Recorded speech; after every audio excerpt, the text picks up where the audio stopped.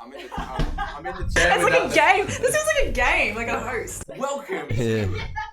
The Unbound Unplugged. Who's gonna win? Roulette. Left corner. The CrossFit roulette. Come closer. Why are you so far away? When I've got something to say, which is going to be very rarely, I'll come closer. You're gonna be deep throating the mic, like. I can't imagine holding that mic. Yeah, I know it's hard.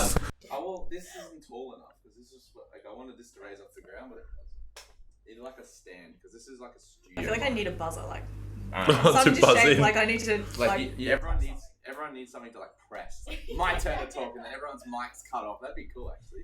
pick that. We need a ball that we throw to each other. You don't speak unless you get the ball. That'd actually be good because Michael just speaks over you regardless. Yeah, I know. I'm waiting for it. I'm expecting to not say anything today because Michael's just going to challenge everything I say. I'm going to be what? Ooh, I like this. I like this. But because what happened last time is when we were with Tamara, we had like a safe word to say when someone gets to talk. Pineapple. It was pineapple. It's always pineapple. I don't know why, but it was pineapple, and then I was like talking, and then Michael just starts talking, and I turned to Tamara and I was like, "Where was the pineapple?" Didn't say it. So it's funny. We've actually started recording everything. So can we have a safe word for today? Safe word. I don't know. What I'd say stop, but that means... Margarita. you could say margarita. That's a long word. You could have just Say yeah, or Margie. How about I just look at you really awkwardly? Yeah. Stop talking, Michael. you guys. Or you just say shut up. Oh, shit. It's a bit- Shut up. It's a bit rude. Like people will like roll their eyes the minute Michael starts talking. Oh, here we go again. Here we go. Oh, fucking shut up. The Michael Unplugged podcast with everyone else, featuring guests. Since we've just spent the first 5 minutes roasting Michael, I think that sort of brings us What's to new, though? the intimidation. Yeah. He's intimidating us already. I haven't even done anything. Well, I thought I might be a little bit intimidating to start the podcast off because I came in with a exercise ball and working on my core while doing this. This whole setup is intimidating. I is. don't like it at all. We're very close, aren't we? It's actually good to have you can turn to people where instead when Michael and I normally do it, we're just like staring at each other's eyes and it's like just looking through each other's souls. It's I very watched your romantic. podcast with Tamara, and you two were literally like staring her across the room. I was like, that is like you're in a cop shop. Like you just literally, you guys are the detectives. It's an interrogation. Yeah. I was like, I am not doing a podcast in these conditions. Not a chance. So you should feel very comfortable then. Yeah. That- Poor Tamara. Oh. I feel like I'm in an AAA meeting again. Alright. You skipped the warm up again. Can you please introduce yourself and tell us what your problem is? I'm Chris. Why are you here, Chris? Be a better Chris. Yeah, Chris. I didn't do pull ups again for the third week in a row. Yeah. Lat pull down machine was just yelling my name.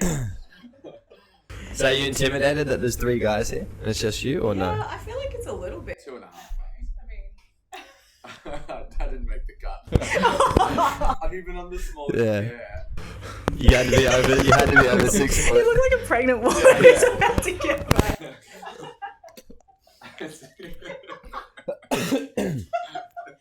You know what, that Bring him to the should be the birthing keynote. If things get like awkward or if you need to like move on to the next person. So anyway, just start bouncing. Michael starts talking to bounce. Start getting aggressive with it if he's going too long. So for those who are only listening and not watching, the heavy breathing is Tyler on a medicine. Bouncing up and down repetitively. Alright, well, let's get going, guys. What's the topic? Intimidation, eh? You know what episode it is? 38. Yeah, 30 hours. I nearly forgot. Intimidation. It's an interesting topic because, I guess everyone's different. The level of intimidation. You can look at this setting right now. Michael and I have done, this will be your 38th podcast. Yep. For me, it'd probably be like my 30th. For you guys, this will be your first. Have you ever done a podcast outside of Nah. this? No. And you listen to like when Matt comes on, like he's obviously very natural when he talks. Even actually, funnily enough, Tamara had a podcast before she did this. And then, everyone else though, like Byron, Alex, Jess, they were all in the same position you guys are. Except actually, you guys have an advantage because you don't have to wear the headset. I feel like the headset's very intimidating. It throws a lot of people off. Yeah, because you can hear yourself and them Oh, speaking. that's even worse. Yeah, it's quite claustrophobic in the sense where you feel like you're like, oh my god, like I can hear my own. That's what I sound like. Yeah. Is that my voice? Is that my voice? Try like make micro adjustments as you talk. Yeah. Why are you talking deep? I'm not talking deep. Yeah. Screw that posture up, Chris. You need to sit really close. Move the chair closer. See, yeah, it just makes the audio sound a little bit nicer. You don't have to talk as loud and it's cleaner. Yeah, you don't have to yell, like scream. Or to bring it to me. But we are joined by Renee and Chris. It's only taking you, what, like 6 months? Begging. What? She's been very intimidated to come onto the So podcast. intimidated. So this scenario for me is like super intimidating already. Yes. But I think it's just not something that I'm obviously used to doing. And speaking in front of a crowd, obviously not my strength. However, being in this job has forced me out of that. So, which is good. Yeah, I'm getting out of my comfort zone, and I'm doing it right now again. Exactly. And even for myself, like, and I'm sure Michael was the same when he was doing the boot camps. For me, I remember like my first ever CrossFit coaching session was the scariest thing ever. Like I literally got like asked to do a class. I wasn't even at this point really a coach. I was just someone with a level 1, and they just like the box just needed someone to jump in. And I was the most experienced in CrossFit as an athlete, but I had no idea how to coach people. And I just remember like the first class, I like whispered. I was like, Figure it out. yeah, I was like kind of like, and then like you can see someone's confidence develop as they become not only more experienced, but they start to understand how to run through things. Like the idea of like looking at people's eyes and making eye contact, and and even just like pulling people up when they're not paying attention. Like then that just shows that your experience and your confidence with like coaching and public speaking has improved. What do you think your biggest struggle was when you first started coaching, Renee, apart from the public speaking? Confidence. Yeah. And I still struggle with it today. It's just something that I've always dealt with, I guess, pretty much since early teens. I was always bigger in school, so never really had a lot of confidence. And even though I lost a lot of weight, the confidence still never really came. And I always had that fear of going back. So even though, I have a lot of people that look at me and they're like, what the hell? Like, why would you not be confident? Like, I would die to have your physique. I would die to like look like you. And I can come across sometimes when I'm in class, I sort of pull off this persona of me being this confident person, but it's almost an act. And so even in situations like this, and there are days that I come in and I don't know why, but the 3:30 class gets to me every single time. And it's not like there's anyone in there that makes me feel intimidated. It's just the scenario itself. I just mind blank. It's the first class too. Yeah, like, exactly. Like when you're like at 6:30 p.m, you're like killing it. You know exactly how you're like. Okay. I've been through it that many times Yeah. now. It's just a routine, and it just becomes like something that just comes to mind. Like it just flows then from that time. But 3:30 is like, okay, this is the first class of the day that I'm like coaching. Whatever fucks up in this class, like I'm going to be able to fix it in the 4:30. Then I can even fix it in the 6:30. But yeah, I guess that's. What strategies do you use going into that? Do you try and just plan a little bit more for the session? I'm very organised. I'm a very organised person. So I find that, and Chris sometimes gets up me because I'll be at night. I'm like, I don't know what the class is, and Last he's night, like, who cares? perfect Just check it example. tomorrow. And I'm like, no, I need to know what it is because I like to have a plan. I like to go in because I'm not the type of person that can just walk in, read something, and start to like flow. I have to have a plan. I have to know what I want to say. If I don't have that in my head, I will crumble and I will get to the board and I'll be like, even though I know this and I know what I should be saying, it just doesn't come to mind at the time. So I have to be organised, I have to be planned, and I like to sort of talk to myself, speak to myself. Sounds a bit crazy, but I speak to myself how I want to say it, and that just gives me confidence to then. Do you feel like it's the 3:30 as well because they are a little bit more of a serious group? Then I mean, not all of them, but majority of them are a little bit more reserved and a little bit less outgoing, a little bit less banter. Like Definitely, yeah. I think like the 4:30, obviously, it's a bigger class than the 3:30 usually, so I should feel like I should be a little bit more intimidated in that class. However, I feel like I have a lot more friends that I connect with in that class, so it feels like I'm speaking to more friends than it is like. and they're competitive, but they banter a lot in the 4:30. So yeah, exactly. Not saying that the 3:30 doesn't banter because they definitely do.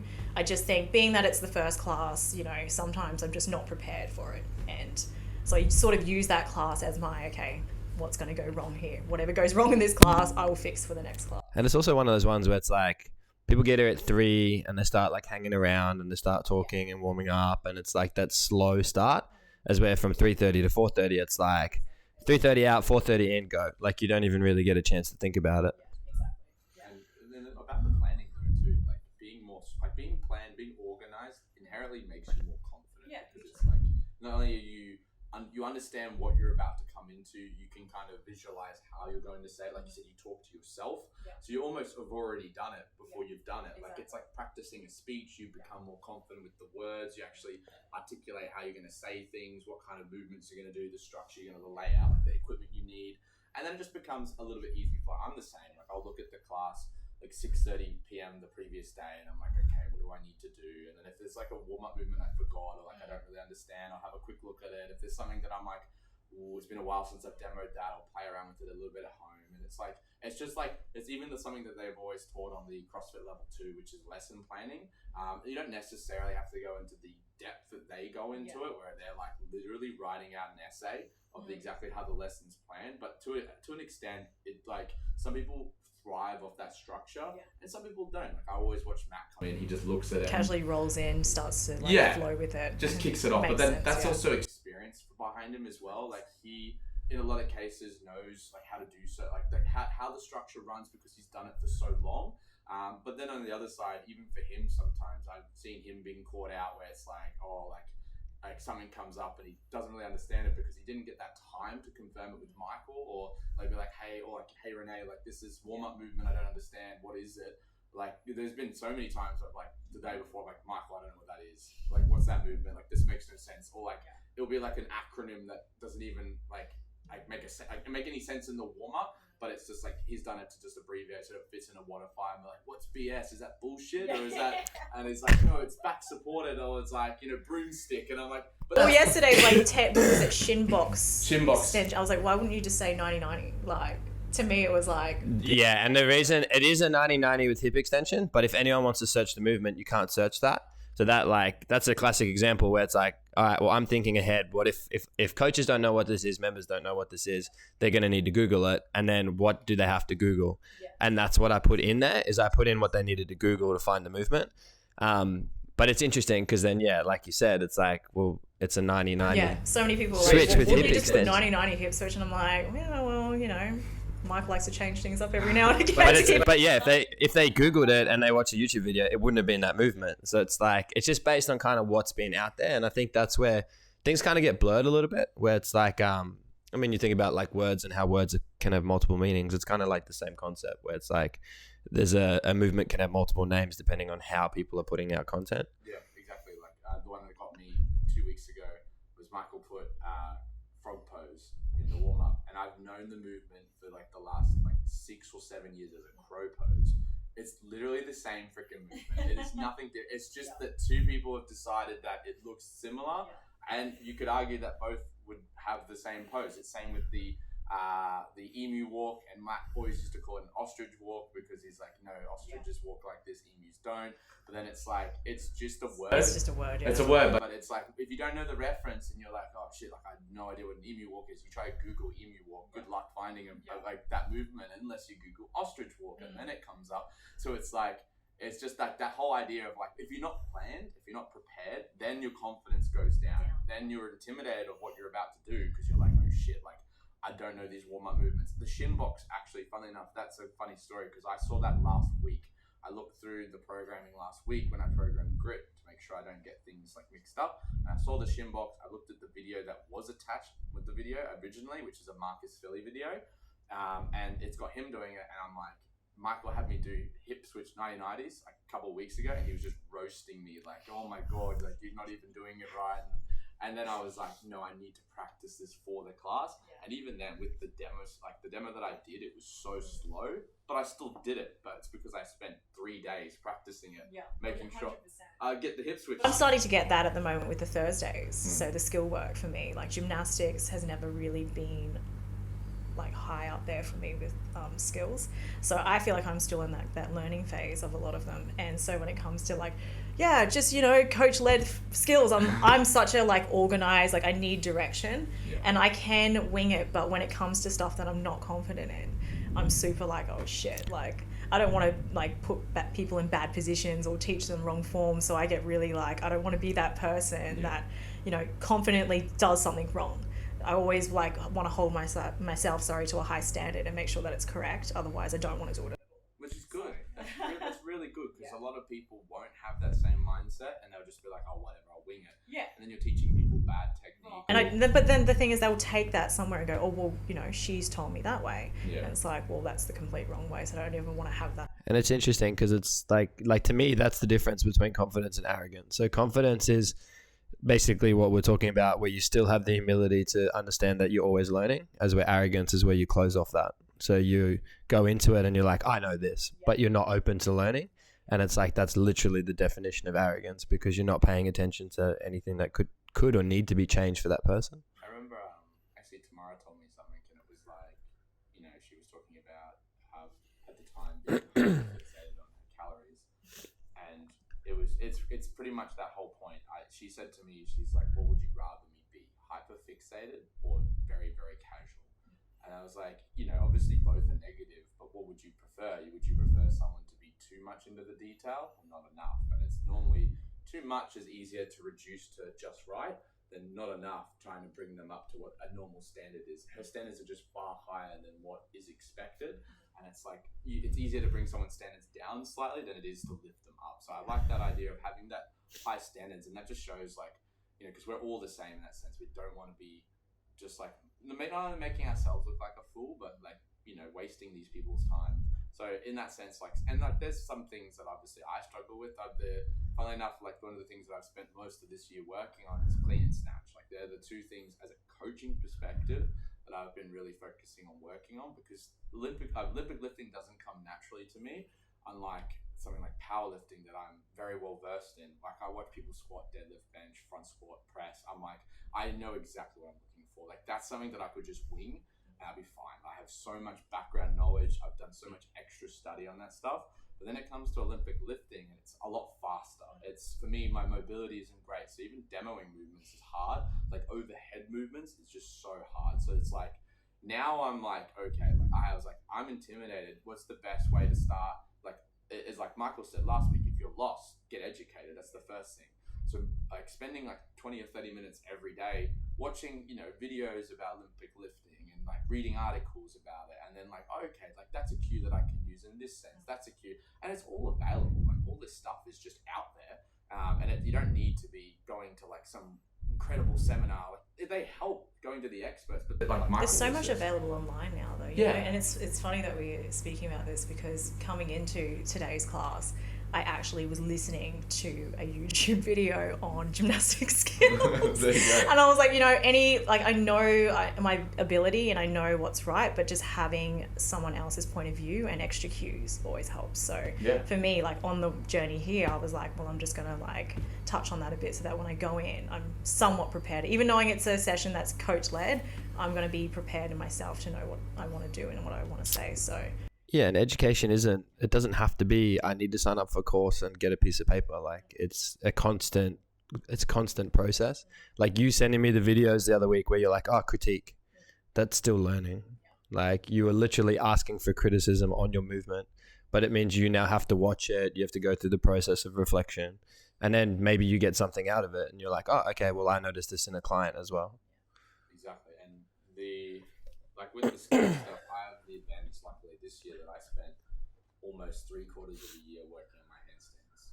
So like I got so much, like just from having a goal of being able to do a longer handstand hold, I got to learn so much about not only the freestanding handstand hold, but like handstand walking positions, like body awareness. Body awareness, hand skills, proprioception. Exactly. Yeah. And like this all carried over. For now, we're starting to do these skill work. Like I've done all this stuff, but it's only because like I've practiced it. Tamara was already like pretty well versed in a lot of handstand skills, so she showed me some of this stuff, like mobility drills, things that you need to work on. So in that sense, I had a good advantage. Whereas it came to the pullover day, like I learned pullovers 2 weeks ago because I saw it come up in like a class. Like it was like I looked ahead and I saw it was there. And I was like, okay, well this is the time to learn. Same with double under crossovers. I've like, because we've hit down under, we got accepted into down under. I'm like, there's probably going to be some ridiculous skill work there that like I want to make sure that I'm at least to a point where like I'm not going to get embarrassed, or I'm not going to be like, oh shit, sorry guys, I can't do a single freaking rep.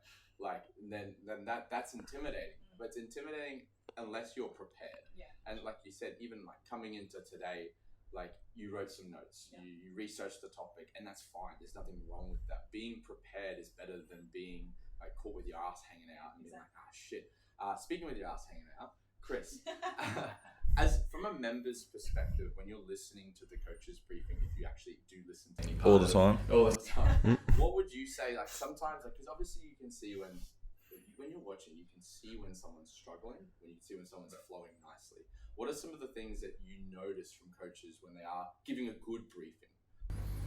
Good demos. So obviously not having Jamin up there is a big plus.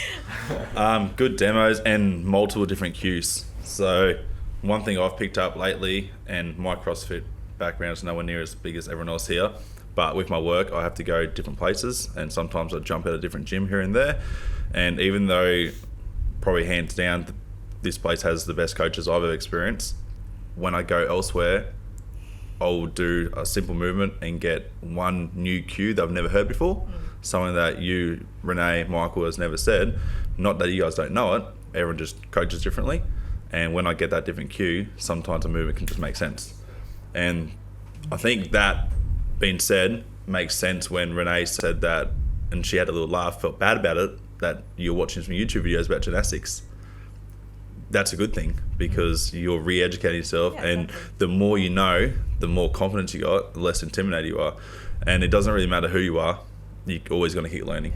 And I think someone with an extremely high knowledge base can still learn something off someone with knowledge right down here. And I think that's like us as coaches. What like the good thing about us is that we join in on the classes. We're still willing to learn, and I'm always taking tips from not only you guys but people around me, because there are people in this box, let's just say Sean for one, who do have good movement and do know what they're also talking about. They don't have to be I guess they don't have to have their level 1 to know something. So I'm still learning from the people around me, and sometimes I guess it does knock my confidence a little bit, because I always had that high standard of a coach should know everything, they should do everything. But I like being that person that looks like they're still in the learning process, or that way members can feel like I can be relatable to them. Like I'm still have my struggles, I'm not perfect, I still need cues, I still need tips. So I try to sort of fit into that box and make sure that people know that, I am exactly like you. I'm still on my own journey as well. So don't think that I know everything, because I'm not going to give off that persona. So yeah. And it's good to let them know that. A lot of times, like some of the best client relationships I've had have been when it's a problem gets brought up and a client asks me a question and I'm like, I don't know the answer, but I'll go away and I'll research and I'll come back to you. And straight away, like they're bought in. They're like, oh, okay, so he showed me humility, but he's going to go away and he's going to look into it a little bit more, go ask someone who maybe has a bit more education around it. And like we have access to these people. So like we can go and we can talk with the exercise phys. We have networking that other people don't. So we have the ability to lean on those people and then come back and do basically do our job, which is try and help people and problem solve, which is cool. In terms of members, so we're talking about intimidation, we talk about planning. Does that, for them or someone new, what does that look like? Like the way my mind kind of goes straight away is, okay, well, someone new is going to go onto the website. All right, they're a little bit intimidated by the gym. Maybe they've seen the social media and stuff. Our programming is up there. So for them, like it's probably the same process where it is like plan, learn a little bit more. Like we have so much information on our website. I think the average time that someone spends on a website is 15 seconds. And it's like, that's not enough time to plan. So if you are going, I'm intimidated, I don't want to go to a gym, it's probably because you didn't learn enough about it. Exactly. We got a member here named Pradeep. He just started maybe 3 weeks ago. And the one thing that Michael and I always say that we really enjoy about him isn't necessarily the fact that he's got insane levels of fitness or he's got excellent levels of competency. If anything, he's probably come into the gym with probably one of the least amount of competency that I've seen in a while, because he's just hasn't done a lot of these movements. But one thing that we give him so much credit for is he's always asking questions. He's always not questioning why he's doing things, but he's asking questions about movements. He's like, how can I perform this a little bit easier? He's like, I can't get into this position. What am I doing wrong? And he's just always willing to put himself in that position of a bit of weakness for the moment to ask a question about something to get better clarification, because then he's not just sitting there twiddling his thumbs like, well, I guess I'm never going to be able to front squat with my elbows up. I saw it the other day, and his elbows were struggling to even get close to even being parallel, let alone like how hold a bar. And I said to him, I was like, hey, let's go back to the dumbbells. It's still going to be the same weight that you're going to be doing with the barbell, but this time you're allowed to get your elbows up a little bit higher until he develops those positions. And then his confidence will inherently build from there, because he's learning these things. He's like, okay, I don't have the mobility. Then he'll go away. He's asked me, how do I get the mobility? And then I'm like, do this, this, and this. And like, these are the members who seem to excel faster. Byron was always a good example of that. When he first started, always ask questions. It was like, I can't do double ones. What should I do? Practice 5 to 10 minutes. What did we see? Him practice 5 to 10 minutes. But I think as well, they embraced the journey. Yeah. Rather than, put themselves down constantly. I suck at this. I can't do this. They embraced knowing that they sucked, but knowing that they could get better by asking questions and taking those little steps. And I guess people forget as well, like, you're only human. You're allowed to feel intimidated. It's not unnormal to walk into a place like this and feel that way. And we've all been there. Like, we've all felt those same emotions. And I think people do forget as well, especially new members, forget that we all have been in their position before. Yeah. Still do. And we still do. And the only way to get to where we are now is to just embrace it and just, stick it out. I always say 30 days, like, give it 30 days. The first week, the second week are probably going to be the hardest weeks, where you're still learning, where you're getting comfortable. Hopefully by the third week, you're starting to, build friendships with your coaches and the people around you. And then that's going to give you more motivation and drive to stick it out a little bit more. But yeah, I mean, the journey never ends. We're still learning. And so, I guess It's not supposed to end. Yeah, well, that's it. the fun part of life. But I guess as well, like, for people, like, they need to decide, like, what's more important to them. Them thinking, them worrying about what other people are thinking of them, even though half the time no one is, or the reason why they came in. So I guess, just ask yourself that. I think a big thing intimidation-wise when you walk into a gym is, well, for one, with intimidation, it's also confidence and judgment. And I think people need to realise that when you walk into a gym for the first time and you're feeling intimidated, the people in that gym may also be looking at you and feeling intimidated. Does that make sense? Yeah. And it happens a lot more than what you think. So, and then you also got the real confident person, which sometimes, like, Renee points at me all the time with that, especially with my job. So I'm a workplace trainer. I teach up to 30 students a day, new students I've never met before. I've got to stand in front of a classroom and be that guy, try to tell them how to do their job. So you can get a lot of backlash from that. And Renee often comments about how she has no idea how I do it. How can I be so confident? And I'm not. I have to do it. I throw myself in the deep end every single day and do it. And the more I do it, the more I sort of educate myself in how to just roll through it. And you were saying something this morning, about 10 minutes ago, how we sort of like build off that momentum. So Renee's first class of the afternoon at 3:30, not quite her favourite, goes 4:30, a little bit more confidence, 5:30, even more confidence, and that's because she's building off that momentum. Yeah. So the more I do what I do, the more confident I get, but I still have my days all the time where I'm nervous, I'm shy, but I walk in and I talk to myself, like what you were saying before, and I remind myself that those guys sitting in front of me in my my class, they're probably looking at me intimidated. Yeah. And they're or they know that the first half of the day is lecturing, the second half is assessment, and they might be stressed about that. And it happens all the time, because I used to be in that position when I was on the tools. I used to go do these assessments and I used to panic all the time. Yeah. I used to know exactly there's going to be a few questions. I'm a terrible speller, and they're not always A, B, C. You've got to write a paragraph, and I know the answer, but I can't spell the key words. Yeah. And that would stress me out. And now I try to remember these little things. So when I've got students in my class and I'm intimidated, I just remember that they're probably a bit nervous and shy as well. Yeah. Let's just all just go in and get it done together. And I think if I walk in with a bit of confidence, I start to embrace that towards them the best I can.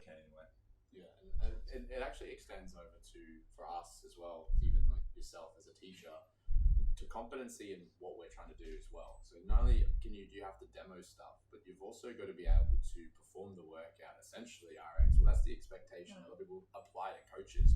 Like, we're in a unique industry where, like, people don't respect us if we don't look the part. It has nothing to do with our knowledge. Like, you could be the most knowledgeable person ever, But if you look like a fat sack of shit, no one's gonna take you seriously. Yeah, No. that's true. And it's sad because it's like no other job has that same prerequisite except for maybe a porn star.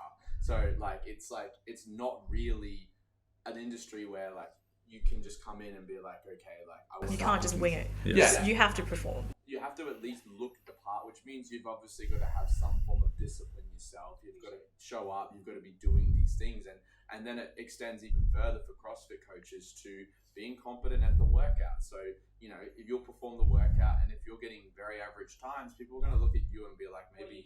Yeah. Why would I listen to you? Why Yeah. would I take in advice from you when you can't even do it well yourself? Yeah. And I think that pressure for me is like some days it's a lot. Yeah.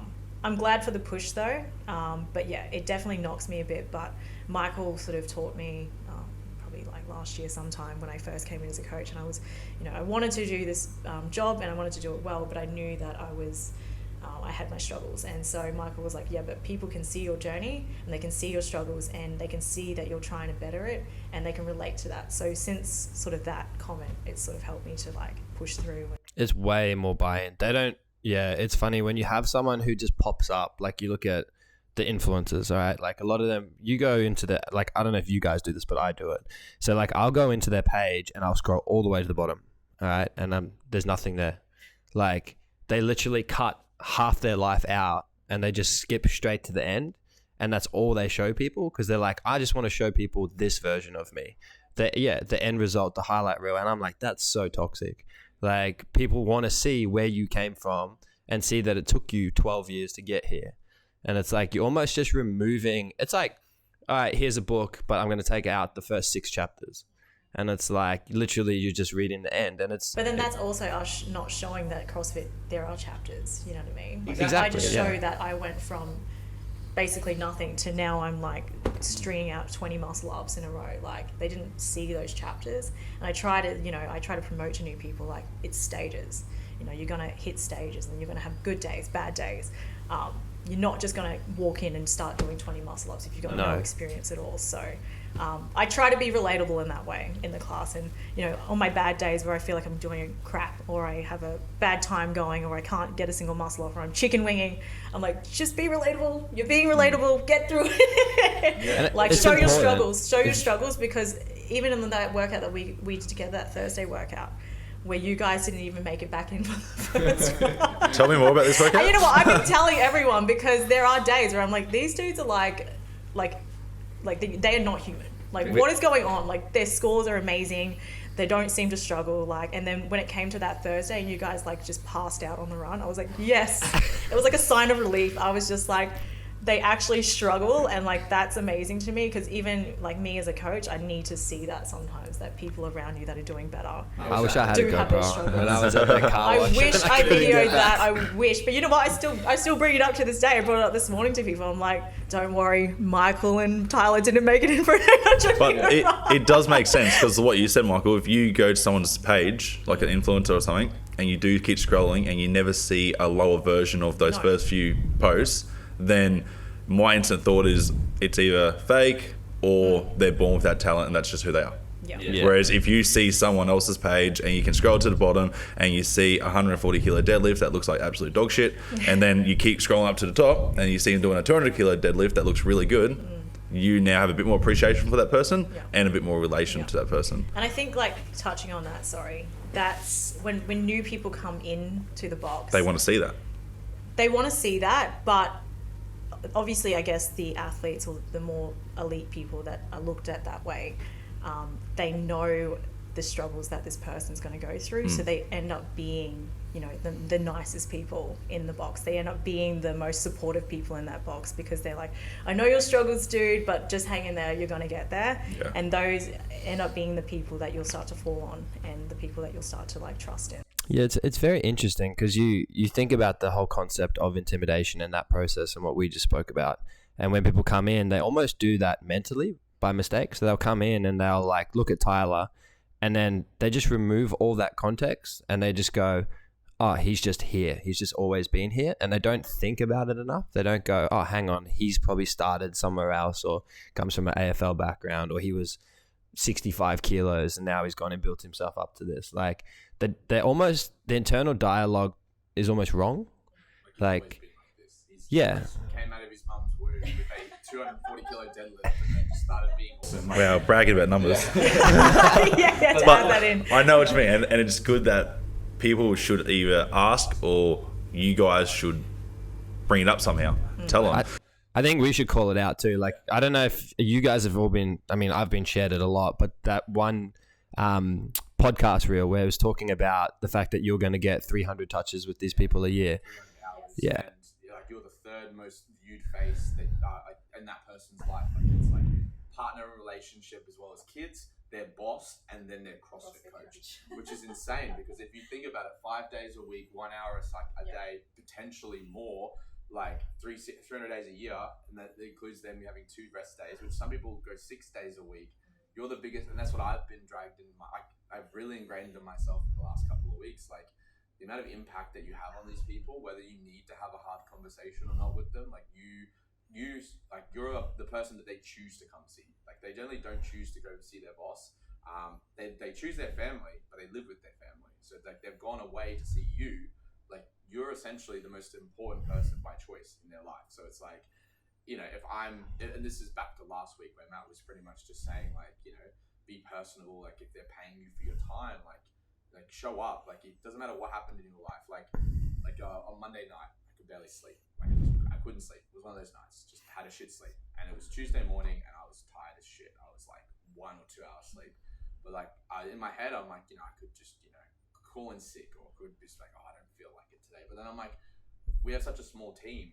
I'm fucking you guys over. Yeah. I call in sick. You guys have to work twice as hard. Then you guys are fatigued. So that's already one inherent downside. Second downside was Michael might not have showed up that day. He might have got 6. He's right? not reliable. It's not even that. The likelihoods are high. I was like, he might have to work all afternoon. So then he's like, I'll come in an extra hour later. I'm like, sorry, mate. Now you have to come in earlier. So he's more fatigued as well. But what if he doesn't show up? What if I don't message him? You just ruined like 30 other people. 30 people's days. I've ruined 30 people's days. Like, welcome to trying to be disciplined. The gym's closed. Sorry. Because I had a shit sleep. So it's like, for me, it was like the accountability, like, just show up. And then there was like an insanely hard class workout where people were questioning us. They were like, this workout's too hard, the time cap's too aggressive. And like, we've had a conversation where it's like, this is the standard. This is the standard of our gym. If people can't handle that, they either need to scale appropriately, which is what we always implement, a scaling option or something there that allows you to get through it at your level.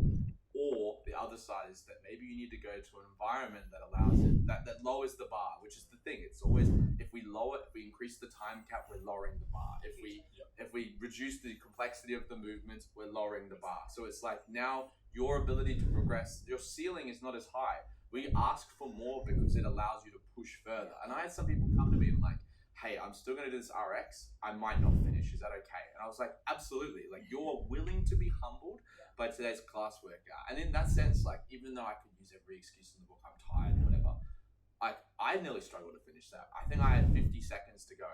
And then I tied with Billy, which my goal was to beat Billy. And I tied with him. I got the exact same time as him. And I was just like, fuck, like, that's hard. It's a hard thing to hit, especially as a coach, because you're like, now I'm tying with members. Now I'm struggling to hit the time cap. But then it's like, for me, like, the intention was there. Even if I was tired, like, I saw what these people did wrong. They didn't have enough attention in their training. They weren't running in from the door to the box. They weren't getting straight into it. They weren't willing to hurt. When you're willing to do all those things, now, like, it's no longer a difficult situation. It's just, okay, I just need to hold a pace. I just need to throw the wall. I just need to get back on that run. And for me, like, even though that workout itself was intimidating, it was like, if you conceptualized it, if you planned it well, like, the finish was easy. Yeah, there was no way I wasn't going to finish. That's the thing. It was just going to suck either way. And that's a thing. Like there's so much reliance on us, but there's also so much reliance on like the members too, where it's like, you know, they need to be like, hey, like, you know, like to themselves, like, I'm not an athlete, but at the same time, like, I'm here to push the needle. I'm here to create artificial adversity. I'm here to be better than I was yesterday. Like, if the standard is so high that I'm like, that it might seem a little bit unreachable, I need to like do it in bite sizes. Yeah, like not just plan like a little bit better. Yeah, not just be like, shit, today's class workout has 100 kilo squat cleans. My 1RM is 65. maybe I'm never going to be good. It's like, no, like that's just, the standard is high. It's okay that you can't do it. Yeah. The standard needs to be high. Yeah. Otherwise, I feel like bring our scope into just this gym. Our workouts are tough, and if you're someone coming from the outside and saw our workouts and that put you off, come back, give it another go, because exactly what you said, Tyler, our workouts need to be written and designed for probably the best athlete in the gym, and then everything else, for everyone else, we've got to scale it until we can finally reach that level. Yeah. Otherwise, the more elite people, they've got no workout to do. Yeah. But So we've had it like an incredible amount of people, I guess, lately that have come to this gym specifically to get better. Yeah. They've been at their box for a long time. They're not getting better. They're not around an environment that pushes them to that level. And so we've had a lot of people recently come in, and they've even said to me, like, you know, I've been doing CrossFit for a long time. I just want to get better, and I've heard that this box, you know, you can get there. So it's good that we still We're gonna have challenge that you. persona. And like, I truly believe, like, the environment that you're in or the people that you hang around, you become them. And you want to become them. You set your standards higher, you know what I mean? You chase that, and you put yourself into better situations and healthier situations, and you start to create healthier habits, I guess. So for me, it's like, why would we lower the standard for people that come in and are intimidated? It's like, And you should be chasing, wanting to become those people in time. And use those people to make you accountable. Exactly. Leech off them. And that's the good thing. But they about like it. Yeah. That's the problem. They like people that have, you know, their journey is at that higher standard. You know, they've gone from the bottom and they've built themselves up, and they love telling their stories. They love, you know, preaching about how how hard it was to get there and the struggles, and, you know, I guess they're willing to like The roadblocks and how they got through them. And this is actually something Chris might be able to relate to. Like, nothing's more fulfilling than when you come from being potentially the worst in the class. You're not finishing anything. You can't do any of the movements. So then there's like a workout that comes up that just fits in nicely with all your strengths. Echo bike. Echo bike, totally. Yeah. And you win. You Yeah, win the it's workout. a good feeling. 3 months ago, or 3 years ago, you were like, oh my God, like I'll never win I'll never even complete a workout. And now you're like dominating the people who once were the standard for you. Yeah. And now you're like, and that's not every workout. And Michael and I always find this, like, you know, Michael might be dominating workouts, like, and I always use today as an example, because Thursday, for some reason, seems to be Michael's Achilles. I've dominated Compete against him in a I've Thursday. The cramping dominated- starts to happen Yeah. on a Thursday. Yeah. dominated him with these Thursday workouts, and like, but every other day of the week, I'm getting crushed. Like, it's like rounds ahead of me, minutes in front of me. But then, like, even today, like, I know if Billy comes in and does the class, he will beat Michael, because it's like pistols, running, V-ups, hang clean and jerks, and like those movements are just great for Billy, and it's great to see. And I encourage it when members beat us as coaches. I'm like, wow, you destroyed everyone, and then I give all of us shit. This member who just comes in 1 hour a day, kicks our ass, and it's like He works away for 4 weeks at a time too. That's what I He mean. trains every He day. does. He he's trains away. hard, He trains hard. and the way he trains by himself, like every time he does an Instagram story of him doing heavy back squats, The workouts, I just comment on it with a big blow up face emoji, because How do you do that? I can't That's even do amazing. I can't even do it at a class at 4:30 with Yeah. pretty much my my 4 or 5 best mates. We've all hyped me up. With all the C4 in your system. Every bit of bloody C4 I can get in What's it me. about C4? And I still read when Michael puts 80% back squats, and I'm like, yeah, get 50. But that's all right, because he, like I said, he writes that stuff so that we can push and get better. And unfortunately, as much as a lot of people hate the intimidation is what's going to get you better quicker. Oh, So without that intimidation, everyone can go follow Kayla Instance and go jump around and do star jumps in their garage. That's fine. You can do it, but you won't get anywhere better, will you? Exactly. You'll be doing those same star jumps in 5 years' time, still wondering why you're not better and why you're intimidated by a gym like this. Yeah, and that's there's a quote that everyone's heard. It's the classic gym bro quote. It's train insane or remain the same. So it's the whole idea of like, you need to put extra 5 kilos on the bar, and like sometimes like people are like, oh, it's ego that you added 5 kilos, but maybe at the same time it's also you're not willing to remain like weak, where you want to be better at your squat, and you're like, fuck, like that guy's like got this weight on the bar, maybe I'll push myself a little bit higher. And yeah, sometimes people can exceed the percentages that are set for them, but then there's also like there's the idea of auto regulation, where like okay, I feel really good today. 75% is moving like so quickly. Maybe I'll go 80% this day. But then it's like the reverse for me. Monday's class completely humbled me. Like my back squat has been a slow progression for the last maybe 6 or 7 months. I've had a pretty bad leg injury, so a lot of the times when I've come to the back squat, like I had to back off to like a bar, like for ages. Like I have a 207 kilo squat, and I was squatting a bar for like 3 weeks because my leg just was not handling it very well. So then I've slowly built myself up and finally came to a workout with a percentage, and I still couldn't do it. So I was like, I did the first set at the percentage, and I was like, that's nearly a 3 RM.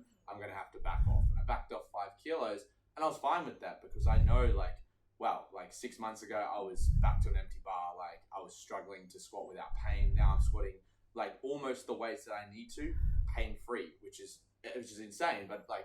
I could let that like be up. I could be upset about that. I could just like, oh fuck, I'm getting weird. But isn't it funny, like, you know, you're the hardest person on yourself. Yeah. Like, Always. who actually remembers you doing that? No. Does anyone even remember you squatting a barbell? No one. No one will come up to you I and do. be like, other than Michael, he's a I've piece of definitely shit. noted it now. But I will it kind remember. of just goes to show, like, you are your hardest critic. Absolutely. And you're going to judge yourself the most. So you know what you did, but I couldn't tell you that you did that because I don't even remember you doing that. So it's like, who actually in the gym is watching what you're doing? An example You have is- your little people that you compete against, and you keep an eye on them. But being the new person, it's very rare that the whole class is going to turn their head and go, "There's a new person. We better make sure that they're doing everything right. They know everything, and we're going to beat them." It's like it just doesn't happen that way. It's very rare that you're like, the new person might come in for 6 months before anyone even recognizes that they're in the class. So it's like you are your own worst critic. So, I think everyone else is too preoccupied with what they're doing to even watch what you're doing, if that makes sense. So.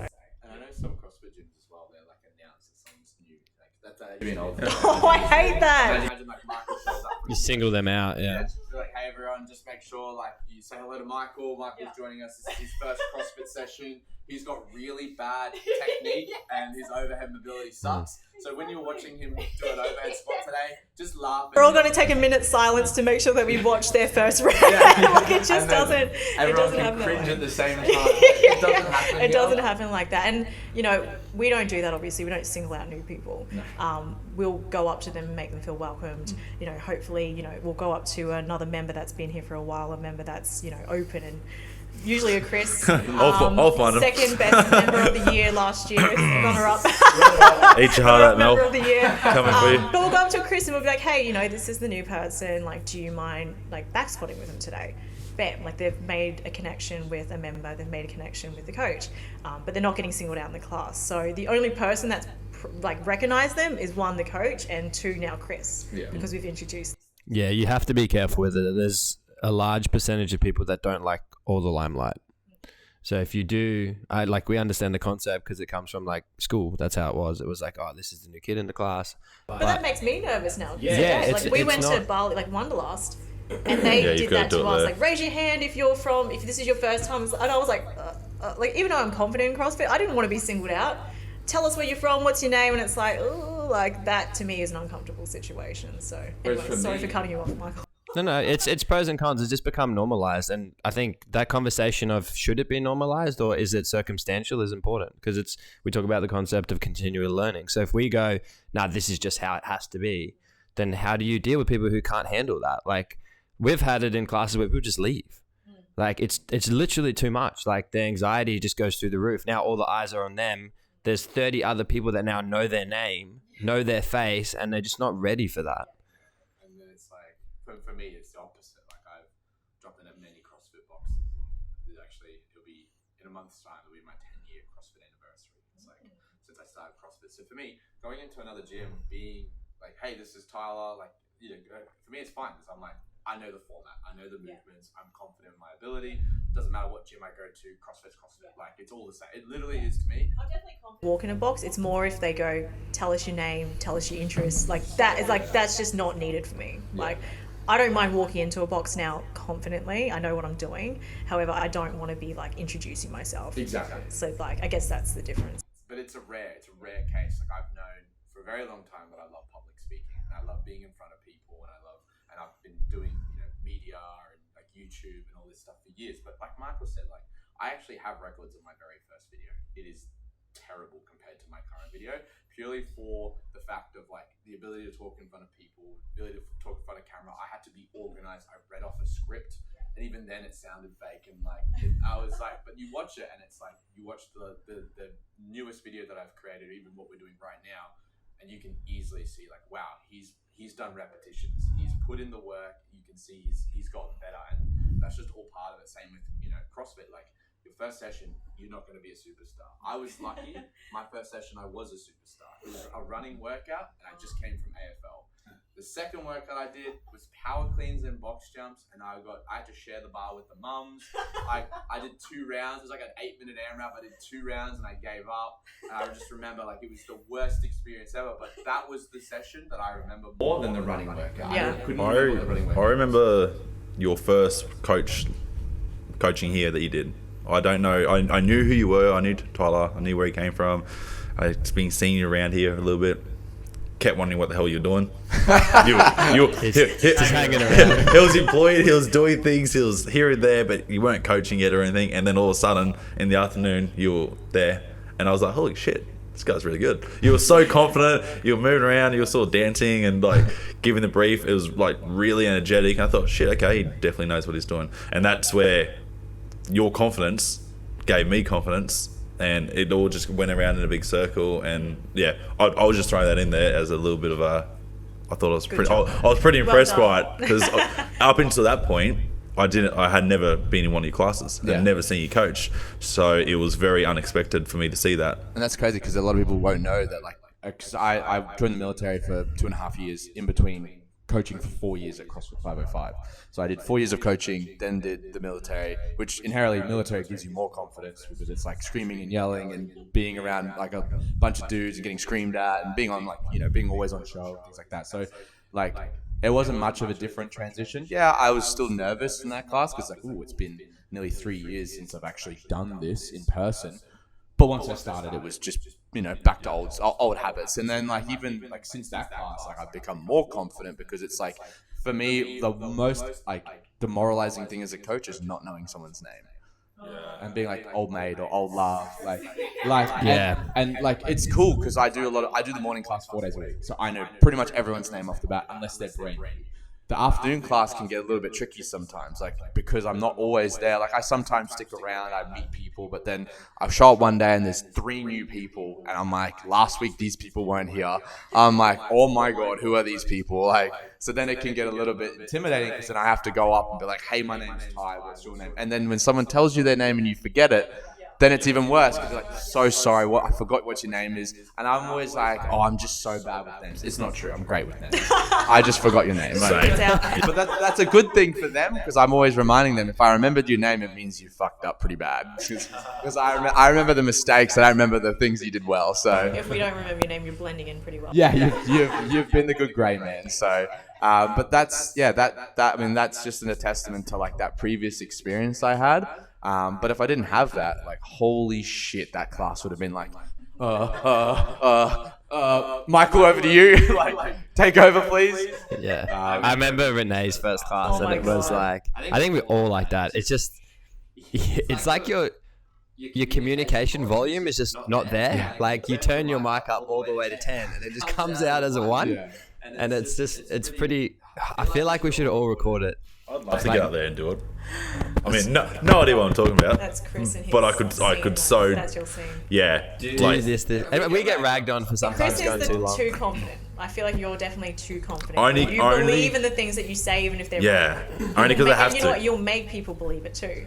Only because I have to. And if I get challenged with a question with my students, and I happen to don't know the answer, if it's important, I'll do what Michael says, and like, I don't know, I'm going to find out, and I do that quite a bit. But when I'm pretty confident that somebody in the room will know the answer, I throw it back on them. I say, what do you guys reckon? Yeah. And someone's going to have the answer. And just right or not. And that's exactly what I was going to say. They say show for knowledge. Show for knowledge is the ability to regurgitate someone else's knowledge. They say that the theory was there was a neuroscientist talking about like something to do with the brain. Like he was on stage and he had his chauffeur who would come to all of his speeches. Yes, I've heard this. Yeah, like 30, 40, 50 like seminars later. he decided, like, his sofa went to him like, hey, I think I know your speech off by heart. Can I go and perform it for you? And the neuroscientist's like, sure, yeah, like, you can do that. Sure, that'd be awesome. So he jumps up on stage and he's giving a talk, word for word, perfect, knows everything, so confident. Then someone asks a question, and he's like, that question's so easy, I'm going to ask my chauffeur, being the neuroscientist in the crowd. So the point is like, you can rehearse something, you're confident at it, but then if you're questioned on it, on like something about your speech, or, you know, a bit of knowledge or detail that you might not know, hey, like, either like, I don't know, I'm going to find out though, or like, you know, hopefully you're confident enough to be like, hey, I think I don't know, but maybe like such and such knows that answer, like, you know, or they're more inclined. Like, there's been some times where like we're doing some super high skill gymnastic stuff at 5 a.m. and someone asked me a pretty in-depth question, and I'm like, well, Haley's actually right here. Haley Ingram, she's a gymnastics coach. I was like, why don't you ask her? And then they ask her, and then she gives them a pretty in-depth answer. And it's like, cool. Like, I've just not only saved myself a little bit of effort, but like, I've learned something too. Yeah, I've learned something too. I've allowed someone else who is more versed in the subject, which there's always more like people who are more intelligent at specific things, to answer that question. And I come to Michael all the time, and I'm like, is this hip internal or external rotation? I always get confused. Like, is this abduction or adduction? Is this, you know, flexion or extension? I'm like, because like I know what they do. I know the purpose of each part of the movement. I just sometimes get confused on directions. For me, it's like if prime example yesterday, if I come and ask you a question, I think Bulgarians we were on, and I was like, you know, how do you like get your front foot out? What do you use to guide yourself in that movement? And I can't really remember what you said, but like, that's me knowing the answer, but wanting to know what you think. Like, I love knowing like different cues from coaches. Different outlook, because you know, like Chris said, like, he might not get a cue from us, but then he goes to another gym, he gets a cue from that coach, and it's like, wow, like, that sticks. So I have my cues, but I like to know everyone else's cues, just in case I do come to that person when my cues aren't working. And so I go, oh, okay, well, hold on, Tyler's told me this before, let me see if this works, and then bam, like, they get it. Yeah. So for me, I'm just like constantly learning, and I enjoy that as well. And it's good. Like, sometimes not always like closing a question off with an answer is important. Like, I feel like we get stuck where it's like every question has to have a direct and like objective answers, where it's like, no, like, a lot of the learning is going to happen when that process happens. You ask someone else to give their perspective on it. What I've learned like over like the last couple of years, especially with movement and exercise, is that not everyone is going to be the same. No. And so you need to be so open with how people move, because everyone's going to look a little different from each other. So for me, that's why I'm constantly asking questions, because I'm not the same height as Chris. So how he moves, he's not going to move the same as me. So No, I'm intrigued. I'm intrigued to know how he feels when he does certain movements, what's working for him. So I'm constantly learning like different limb lengths and anatomy. And so for me, it's like, you know, that's why I'm constantly asking questions as well to this day. So. That brings me back to a question that you first asked me before. How do I feel? What makes a good brief for me? And what Michael just said. When, as adults, we learn different to children. We need to know the why or the how to a rule. Let's just say a rule. Why and how. When you guys give your briefs, especially, I'm sure everyone does it, but I notice Michael more, maybe because he coaches the afternoon classes, that's all. But when the movements, you often explain the movement and then tell us why we're doing it. And when you tell me why I'm doing it, I seem to want to do it better and do it right, and I'm able to do it more right, rather than just being told what the movement is. You start doing it, you can't work it out. Actually, yesterday with Renee, with those 90-90 hip, the shin box extensions, couldn't work it out, didn't want to do it, and then Renee told me that they open up your hips and it's going to make your snatch squat way easier. I was like, okay, now I really want to do them. Yeah. And I worked it out. I don't remember saying that, but okay. Yeah. She said it. Okay, cool, yep. No, you were telling me, not in the brief, you know but what? I was Everyone asking about them. gives Michael shit for his long briefs, but I'm the same as you. Like, I've had experience with coaches where they'll get in depth with the briefs, and I really appreciate it, because I'm like you. Like, I want to know why I'm doing an exercise, I want to know the benefits, and I want to know how I can better it. And even like in a Metcon, I want to know the stimulus. I want to know where I should be sitting, where I should be pushing, where I shouldn't be. And so for me, when Michael gives a long brief, everyone's like, oh, shut up, and they're, you know, disconnected halfway through. But then they're the same people that get to a workout, they suffer, they die, they didn't listen full in depth of the brief, they don't know why they're doing exercises. I'm like, well, if you listen, you know, to the in-depth breathe. You'll get every sort of key point, and then you should be able to, read yourself and then work it out from there. So Yeah, the 1 or 2 takeaways. You should always have 1 or 2 takeaways. Like, you don't have to take in everything I say, and not everyone's going to. But yeah, like, even when I jump in on the classes and I listen to you guys, like, I coach that class all morning, and then I'll go and do the afternoon class. But I will still take 1 or 2 things away from what you say, and I'll go, all right, well, I'll go play with that. Exactly. It's like different ways to articulate the same thing. Like Michael might be pulling out the big fucking words and like, the big words aren't necessary, but like you can say the same things with simple terms. It's like, hugely. Instead of being like, force production, you could just be like, doing this make you stronger. And you're like, wow. Is that what he means by that? Yeah. I will say, definitely. Sometimes, like, I find that people do, like, turn out when the long words start to come out, because half the time people don't understand what that means. So when you put it in simpler terms, it's like, okay, it makes sense to me now, and now I'm going to actually listen because I get it. But, I guess they've got to...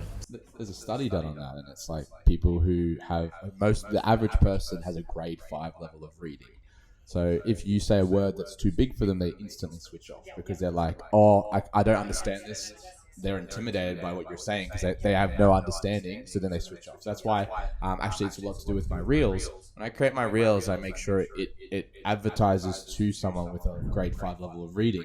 So I say simpler words. I make sure things are clear. And if I do mention something, like I say something like proprioception, then I put a description of what that means, or I say it after. Like proprioception, or your body's awareness of the feet from the ground, and ability to tell where things are. And then people are like, that makes sense now. But instead of just being like, your proprioception is really bad, they're like, is that like a windmill thing? Or like, is that a yoga? Yeah. Well, that makes sense, because if they hear that word and they don't know what it means, they switch off. And 100%. Your whole story, reel, whatever you made, is now pointless to a vast majority of people watching. Are you advertising to the expert? Are you making a masterclass for the teachers, or are you teaching the students? Because majority of people, they're not gonna want to listen to something that's too complex. The teachers want to listen to that. The teachers are like, if you have a class of 30 and one teacher, you're advertising to 1 in 30 people. So then it's like, that's the same. Like our stuff can have great intentions. Our training can be set, like the bar can be set high. But at the end of the day, like, as long as people understand why, and the why is always so important. If you know why, then everything becomes easier.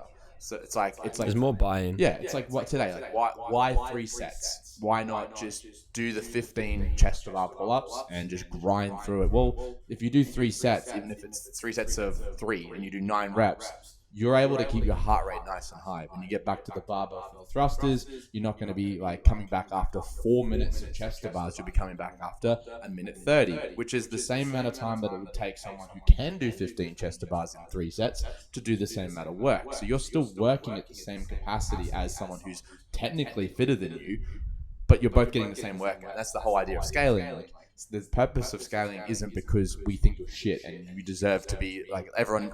He's on 30 kilos where the RX is 40. That guy sucks. It's no. That guy wants to do 15 reps, but he physically can't do it at 15 kilos. 40 kilos, so he reduces the weight so he can get the same stimulus as Michael, who's doing the workout at 80. You know what I mean? So it's like, but you watch their mental game go down as well. Like the people that try to aim for those sets, they can't do them. You just watch them slowly like crumble, and then they're just staring at the rig, and then they're just like, I don't want to do this again. So it's like you've just destroyed your whole workout, and now your whole mental state just doesn't want to be here in general. And then you walk out of the class and you're like, that was shit. It needs to be reduced. That's and it's why, if you scaled appropriately, you will leave the gym feeling better about yourself. Which is the great. last thing we want in this gym is for you to leave feeling like an absolute piece of shit. However, there are days, and I leave this place sometimes after a workout, and I'm like, fuck this place. Why am I coach? We won't drop the standard to stroke your ego. That's one thing that should never be done. And I really like how a lot of the coaching's done here. Let's just say, like today, you said with the 15 chest bars, Michael will always, and I know he will do it again today, he will always say, if you can't, it will be a preset number that he's already decided on. If you can't do those 15 in max 3 sets, whatever you finish in 3 sets, that's all you're doing. So if I jump up, I can only do 5, get up again, do 3, get up again and do 3. I've done, 11? That's all I'm doing. I'm not getting my 15 reps out, and I'm moving on. And that's how we scale but look at the difficulty. Like for you to do 11 reps was just as challenging as someone like me to do 15. Even though you're like, and that's people get so fixated on the RX. Oh, I've got to do it RX. It's not for everyone. Yeah, but who fucking cares? Like yesterday, Scale. But I think that comes down to people judging themselves harder than they think. Like everyone in this box is even looking at them. Yeah. No one fucking knows how many reps you're doing, and no one really gives a shit. Yeah. So it's like you're just judging yourself for what. So. Yeah. Confidence, judgment is what causes the rest of it. The intimidation. The intimidation. And you're only intimidated because you're seeing someone who is competent at everything, doing everything really well, getting through the workout twice as fast as you, but you don't realize that at one point they were in the same boat as you. They were scaling. They were going lighter on the weights. They couldn't complete the workouts. Maybe they made the mistake already of going too heavy or too many reps, and they weren't able to get the work done or the work required done. Or maybe they just listen in the briefing. They pay more attention because they're willing to get better. They ask the questions they need to ask. They're the most important things. It's the whole idea of like the mindless training. Michael and I always just get so fucking triggers me every worked time. up. It's like I get it. Like we mindlessly drive to work sometimes. We're zoned out because the trip becomes so consistent that you're actually so good at driving to work because you know the pathway and the quickest pathway there that you actually can think of other things in the moment. But it's like if your goal is to get fitter, why are you thinking about what you're going to make for dinner mid-workout? Like, wouldn't you be thinking about, okay, I've got to get back to this bar. I've got 3 seconds. And it's like, maybe when you're making dinner, you can be thinking about how you did in the workout. It doesn't work the other way around. Like, as soon as you start taking away your intention and your ability to focus, and you're just mindlessly moving through the motions, then your progression is just going to reduce massively because the person who is progressing is thinking about, okay, I'm not moving efficiently enough from the wall to the box to the barbell. Maybe I need to cut some time down by running, or maybe I need to set up a little bit closer, or whatever the thing is. Like, they're thinking of that while you're thinking of, oh, I can't wait to have steak for dinner tonight. And then like, oh, maybe I'll go chalk up and just chill out. And it's like, no, like, and I get it. Not everyone wants to be an athlete, but at the same time, like, everyone comes here to improve. Like, you're already in the top 5% because everyone else has the couch potatoes at home, eating their potato chips, watching Netflix. They're not going to want to do a Metcon. But you're already above the curve. Like, why not get even more above the curve by making things a bit more intentional? It's pretty cool though, like, because even what you're talking about there is it's a fault for most of us, and we're not great at it with everything. Like, even something I'm working on is that, but it's a classic example of living in the past or the future and not ever being in the present, where it's like you're thinking about what you're going to do later. You come into training just because I just want to be here and be distracted, or you're thinking about, like, one that we get, it's like, well, I didn't sleep or my morning didn't go to plan, and it's like, that's the past, let it go, just be present. Like, just literally load the bar, warm up, do what you need to do, and get into it. And if I think about me personally, like, training is the one place where I'm actually good at that. So as where everything else that I'm doing at the moment, I have to really try and be conscious of it, where it's like, all right, that's the past, stop, like, let it go, try and make sure that you're present, you're doing your work now, stop thinking about the future stuff that's coming. Like, but it's interesting because if you think about it from that point of view, it's like, how do we get that to carry over into other things?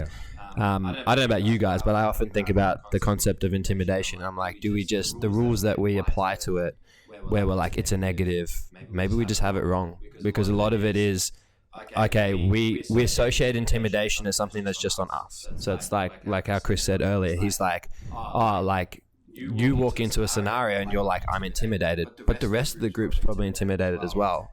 But is it selfish because you're just sitting there going, well, it's just me that's intimidated? You actually don't even think about the concept that every other person in the room could be intimidated as well. Yeah. And it's what we tie to it. It's the power that we allow it to have that then affects our choices. My favorite thing was first day of basic training in the military, where they strip you down. Doesn't matter what title, doesn't matter how much money you had before, doesn't matter where you came from, what family, what school. Like, you all got stripped down. You wear the same clothes, you get the same haircut, and you all get treated the same. And then, like, what I think about in that moment is, like, the recruit instructors who are experienced soldiers. Like, some of them, it's their first time instructing recruits. Like, they're experienced soldiers, but they've never trained soldiers. So then not only are they intimidated, but you're intimidated. But the good thing about that environment is everyone's the same aside from the recruit instructors. You're all the same, but they're also answering to their boss. Like you watch while you're doing drill on the parade ground, like practicing drill, they're getting marked by their superiors. So they're also like, oh shit, like if I screw up or if my recruits screw up, like I'm going to get marked down. So it's like, but that was like, it's a cool thing because it's like I came in super fit. I was like best shape of my life. So there was some people who came in who didn't even know how to tie their shoes. Like they couldn't make a bed. Like inherently, in a lot of cases, I should have been a lot less intimidated than I was, but I still was super intimidated because I was like, holy shit, like this is incredible. Like this is so high paced. Like everyone's like struggling. Like I'm getting yelled at all the time. I'm screwing up. I can't roll a freaking towel to save my life. So it's like everyone's getting humbled and everyone does get humbled. No one gets through recruit instructor training, or training in general being perfect. Everyone gets fucked. Like everyone fucks up. Everyone does something wrong, and then if they don't, group punishment. Everyone gets punished. You might be perfect the whole way through. You might be the grey man who hides at the back and no one says anything about. But you know your mate forgot to close his locker before leaving the room. You're all fucked. So it's like it's all about keeping each other accountable. Yeah. I often think about it with classes where I'm like, You're maybe we should go back to that sometimes. Where it's like, because that's pushing call out culture. Leaving the room, where it's like, all right, we want to try and make sure that in that group of 30 where you guys have that shared trauma, if one person is not up to standard, everyone else is going to bring them up to standard. And it's like, that's the whole thing. It's like if you're the one who fucks up, like I remember once my bed wasn't made to the standard. We've been literally fucking up all night, and I remember it came around to another time where it was like they were inspecting beds. They came up to the front and they asked everyone, they're like, hey, who thinks their bed isn't to standard? No one raised their hand. I knew for a fact that this was the one time I rushed it, and I didn't use my ruler to measure. You have to like measure 30 centimeters or whatever. And I remember you pretty much like put your hand up essentially. And they're like, Hamilton, what do you think? And I was like, sorry, Bombardier, like my bed's not to standard. And I was like, fuck, I fucked up. Everyone's gonna be so upset with me, and they're gonna like be like, oh fuck you, Hamilton, like you fucked us. We're gonna do another bed make and all this shit. But he comes in my room, he measures it. He's like 32 centimeters. He's like, but for your honesty, everyone gets the rest of the night off. And I remember that was the moment where I was like, fuck, my integrity paid off. Where like I was like, and that's the same with I said to you for Tuesday's workout. I said to Michael after the workout, I'm like, I'm pretty sure after the first round I did 13 burpee box jump overs. I was like, I felt like you were a little bit too far ahead of me for me to get up that close to you. And then I was like, in my head, I was like, I don't even care if I did or didn't. I was like, the next 2 rounds I'm doing 16. So I've added an extra rep. That self-accountability. I watched the video back. Guess what? I did 13. Thank fuck I did that. Because imagine me watching the video back, me being like, yeah, I killed that first round. And then I'm like, I failed. You know what I mean? And then I would have been so upset. I was like, I cheated the workout. I cheated myself. And that was just for a lack of counting or like a poor management. But at the same time, in the moment, something felt off. And it's like, you know, are you the type of person who does 20 double unders and was like loses count and then starts at 30? Or are you the one who does 20 double unders, loses count and starts again? Yeah. So it's like, what's the type of person you want to be? And like you said, if we have that accountability, if someone catches you rep dodging or like you cut the run short or you run through the car wash instead of going around it, like getting called out for those kind of things is good. It's like, no, that's not what we do here at Unbound. We take the path of most resistance, not the least resistance. Yeah. Like we want to improve ourselves more. You know, oh, you missed Thursday because you were feeling sore. And like your mate messages, he's like, where the hell were you? I did Thursday and we did all the rest of the classes together. Like what gives? How happens that person turns up next Thursday? Because they're like, oh, I didn't realize that I made you feel like that. You know what I mean? So it's that accountability can be so good. Yeah, and that stress is important. Like stress causes the adaptation. It really just comes down to your stress tolerance. Everyone has a different stress tolerance. Well, because this is kind of close to the end of the podcast, I'd love to hear any final words from Renee or Chris as the guests of the podcast about intimidation, your time here at Unbound, or something you might recommend to people who are looking at joining or who have joined who feel a little bit intimidated about, you know, the athletic ability or the standards that we set. I think just when you walk in, put yourself in someone else's shoes as well. Everyone's intimidated, so it's not just yourself as a new person. There was a new guy here maybe 6 months ago. Walked in and I was like, damn, he looks fit, and I was intimidated. And this guy just walked into a gym with 30 or 40 people that he's never met, and here I am thinking I'm intimidated by him.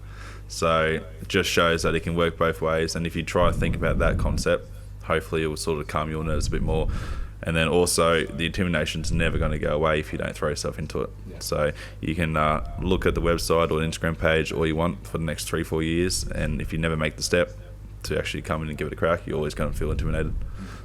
What about you, Renee?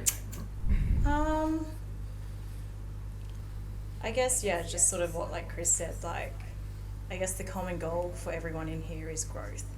I guess prioritize your health. Try not to worry about what other people are thinking too much, and I guess just stick it out. But rely on the people around you in this supportive community as well. Like, you'll find that those people are here to support you more than judge you. And spot on. Another key thing is that I think some of our fittest people in this gym, which would be typically the most intimidating, are also the nicest, and they're generally the first ones that are going to come and talk to you. Just about all of our fit, like Sean, Mitch, they're all going to come up to you and talk to you straight away. They're those type of people. So don't look at the intimidating people and feel intimidated, because they're probably going to be the ones to come up and say hello first. Yeah, exactly. One of the best quotes I ever heard, pretty much just about like this kind of topic, was like, you can either make excuses or have results, but you can't have both. So if you're someone who sits there and like worries about what they can't do, or are you someone who's going to put in the work to try and make sure you can? And I think the first step is just walking through those doors. Yeah. Once you've gotten past that step, hopefully it just gets easier from there each day that you come. So Yeah, don't associate, like we often associate intimidation as it's a negative term, as where that then comes with a negative action, and a negative action is nothing. As where it's like intimidation isn't a negative. It's just what it is. Everyone feels it at some point, and it's the positive action that we're looking for. You think about the concept of a boat goes down and you're alone in the ocean. What do? It's like, do you just throw your hands up in the air and do nothing, or do you just start swimming? It's like, just start swimming. Exactly. And it's like in the military, intimidation is used against the enemy. You intimidate them to make them feel like they're helpless, they're going to lose. Like, you've got more numbers than you actually have. And it can be a tactic to use to your advantage, where you can attack something. I'm not saying intimidate the bar, being like, come on, like, you're scared of me to lift you, but like... Intimidate the muscles to grow. It's in the sense of like, yeah, that mind-muscle connection has actually been shown to grow the muscles by looking at them. So it's almost like, you can use that to your advantage, not your disadvantage. Like Chris has said the whole podcast, everyone's just as intimidated as you. Like, even if they've been, this is their like 10,000th session at Unbound, they see you, they're like, ooh, I don't know that person. Maybe you maybe you have a particular look to you that they're like, oh, he's not as approachable as someone else. Like, I'm intimidated of them. And it's like, everyone's in the same boat. Everyone was in the same boat at some point. 100%. Well, I think that rounds off episode 38 very nicely. If you enjoyed this episode, be sure to follow us on Instagram at Unbound Athletic. Thanks to Chris and Renee for joining us. Hopefully we'll get to see them in another episode together. And see you next time. Share with your friends, and let's break down that stigma around intimidation.